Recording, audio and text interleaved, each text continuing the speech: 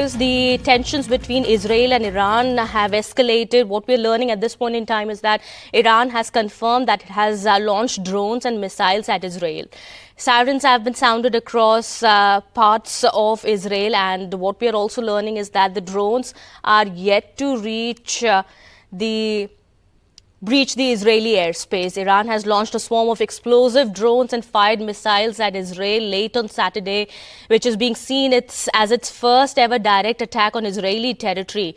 This has risked a major escalation between the two nations. Israel's military has said that more than 100 drones were launched from Iran, with security sources in Iraq and Jordan also reporting dozens seen flying overhead, and US officials also saying that the US military had shot down some. Iran's state news agency has said that its military had also launched a wave of ballistic missiles. Israel's military also said that missiles were fired, but there have been no immediate report of these striking in Israel. However, Iran has vowed retaliation. We do understand for what it is called an Israeli strike on its Damascus consulate on April 1st that had killed 7 guards officers, including 2 senior commanders, and said its strike was a punishment for Israeli crimes. To get more information on that, I'm also being joined by my colleague Vishal here. Vishal, that is the latest that we're learning at this point in time. Iran has said that it has launched drones and missiles at Israel. What more information is coming in at this point in time? So, pretty few of the drones seem to have reached the Israeli airspace, is what the latest reports suggest, and many of them were intercepted by Israel's aerial defense systems, including fighter jets. So, as the news broke out of this attack, public shelters have been opened in northern Israeli city of Haifa, and large public gatherings have been banned. And it should be noted that Israel had closed its airspace, and also Jordan, which is a neighboring country of Israel, Iraq, Lebanon, they had all closed their airspace when it had come out that Iran had launched hundreds of drones towards Israel. So it's a really tense situation. Many of the drones have been intercepted. There are reports also coming in that people have heard, bombings across Jerusalem in the airspace, not on the ground, but in the airspace. So the details are still emerging. Right. As you mentioned earlier, that Iran is sort of responding to Israel's reported attack on its embassy about a week ago in Damascus, which had resulted in the killing of senior IRGC commanders. So we'll have to wait how Israel now responds to it. As we have been reporting that US had cautioned Israel and also said that it should be made privy to any retaliation that Israel plans. Yeah. All right, Vishal, I'll come back to you. I'm also being joined by White House correspondent from Voice of America, Anita Powell, on the broadcast here. Thank you so much, Ms. Powell, for speaking to NDTV. What is the situation at the moment? What can you tell us? So right now, what we're hearing actually from Israeli officials, but we're monitoring the White House right now, is that President Biden is on the phone with Israeli Prime Minister Benjamin Netanyahu in the wake of this stunning attack by Tehran over Israeli airspace. So the two leaders are speaking, and we expect to be hearing from President Biden in a statement after that, just describing what they talked about. But what we also know so far is that we've seen from President Biden and from top officials in the U.S., like the defense secretary, that the U.S. has resolved to show steadfast support of Israel in this situation. So right now, that is what we're hearing. But it is worth noting that right now also the U.S. Congress is waiting to pass major military aid for Israel, which President Biden says is urgently needed so they can defend against this very thing. So there are a lot of spinning plates in the air. Some of them are even on fire. It's that hectic around here right now, and that's what we're looking at. Okay. What we're also learning is that U.S. has also shot down some of the drones that were bound for Israel. So I can't confirm that out of the Pentagon at this hour, I'm afraid. Okay, but the situation between Israel and Iran seems to be escalating with this fresh drone attack now that has taken place. How do you see it heading? Wow, that is the million-dollar question, isn't it? We just heard from UN Secretary General Antonio Guterres saying that he's concerned about escalation and warning that the world, quote, cannot afford a war like this.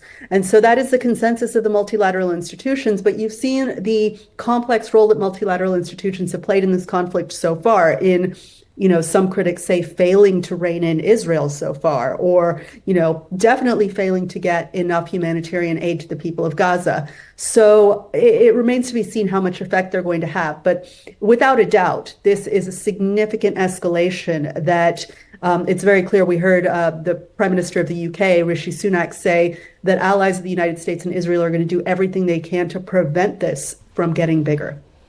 Absolutely. And the attack marks the first time Iran has launched this direct military assault on Israel. We do understand Iran has also issued a warning to US asking it to stay away from the conflict. Right. I mean, that's par for the course from Iranian leadership, isn't it? But I mean, that's consistent with what we'd heard from Iranian leadership up to this point. All right. Well, the situation seems to be escalating at this point in time. What we are learning is that tensions now are simmering between Israel and Iran. Iran has confirmed that it has launched drones and missiles at Israel, and drones are yet to breach the Israeli airspace. We're learning, the drones have reached some parts of the country. However, can you give us more information on that, Anita? Right. So what we're hearing right now from the Israelis is the air raid sirens have gone off in Jerusalem and near the Jordanian border. And some of these missiles, or rather these armed drones, have been seen in the air over Jordan, over parts of Israel. But right now, it's unclear how many of them have been intercepted, how many of them have landed. And of course, we'll be waiting with, I think, fear and horror as those details come in, because these are civilians who are underneath the flight path of these drones. And so one hopes that there will not be too many civilian casualties. It's being seen as a revenge attack by Iran. Was Israel really prepared for this? That's another million-dollar question. I can't get into the mind of Israeli officials, but what I can say is what President Biden said on Friday, which is he expected this attack to come sooner rather than later. The U.S. has been on watch for this. Israel cannot be ignorant of that because, of course, they have close communication with Washington. So I think this was expected, especially in the wake of the April 1 strike on the on the Iranian consulate in Damascus that Israeli forces claimed responsibility for. So I think this was expected. The IRGC has been saying that this was coming. And this Saturday, the Sabbath day, which is very holy for the Jewish people, seemed, I guess, an apt time for them to launch this strike. Also, I would like to know from you, well, the US, of course, has said it already that the support for Israel is ironclad and it's going to protect, it's going to support Israel at any cost. What are we likely to see in the future? We are learning that US has also said that it has downed some Iran-launched attack drones that were en route Israel. However, you are saying that you can't confirm that at this point in time. But what are we likely to see in the future? Well, I mean, I think the big question comes down to what the U.S. Congress is going to do next week vis-a-vis military aid for Israel. That's the real glut here in the system. That's the real stopping point in the system. And so we can expect that what we're definitely going to see is huge public discourse in the halls of power in Washington over this.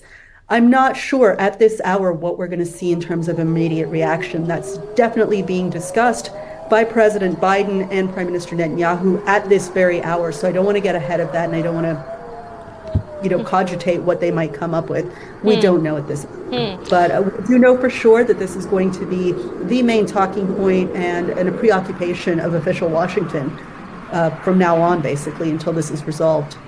Absolutely. And how do you see the response coming in from other countries?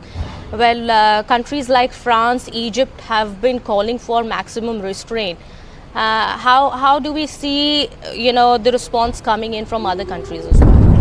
I think there's a clear undercurrent here of concern that this is the kind of conflict that could threaten to envelop many of us who are far away from Iran and Israel, whose countries have alliances with Israel or have strong feelings about the situation right now in Gaza. So I think this is definitely very concerning, and I think that is the tone of a lot of these statements that we're hearing from world leaders right now, that they're concerned about the escalation because this is getting big enough that I think this could affect many more of us than previously. All right. Thank you so much, Anita, for getting us all those details there, speaking to NDTV here.